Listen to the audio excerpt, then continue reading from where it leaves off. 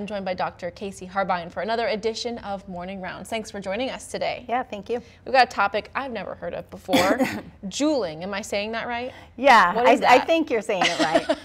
Juuling is a slang term actually that's being used more and more for vaping or the use of electronic cigarettes. It's becoming very popular with young people, even as young as middle school age kids.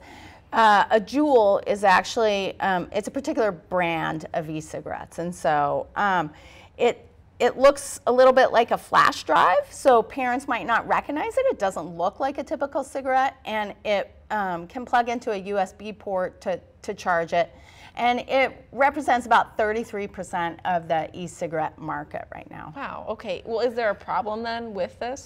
Well, while there have been some studies that have looked at whether or not e-cigarettes can help people who already smoke cut back on their smoking as a nicotine replacement type therapy, it is a problem because actually it's introducing young people to smoking early, and it's actually having the opposite effect and leading to increased use of cigarette smoking.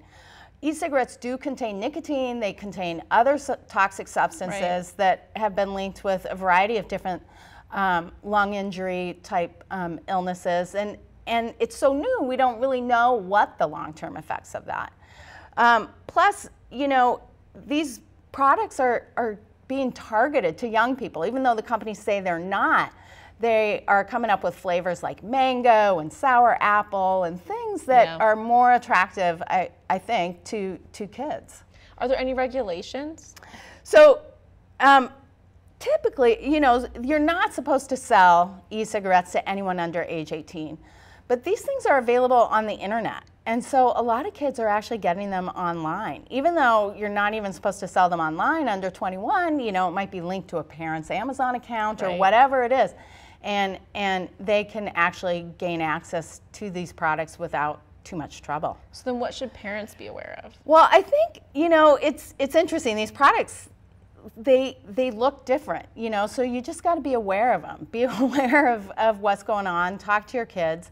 You know, they are really prevalent right now in the middle schools and high schools. So, you know, I think it's always important to talk with your kids, talk about the dangers of smoking. It's the #1 cause still of cancer and heart disease, and it's not benign. All right, well, thank you for some of those tips this morning on this topic. And if you have any topics that you would like us to answer, you can just email them to us. morningrounds@kpax.com.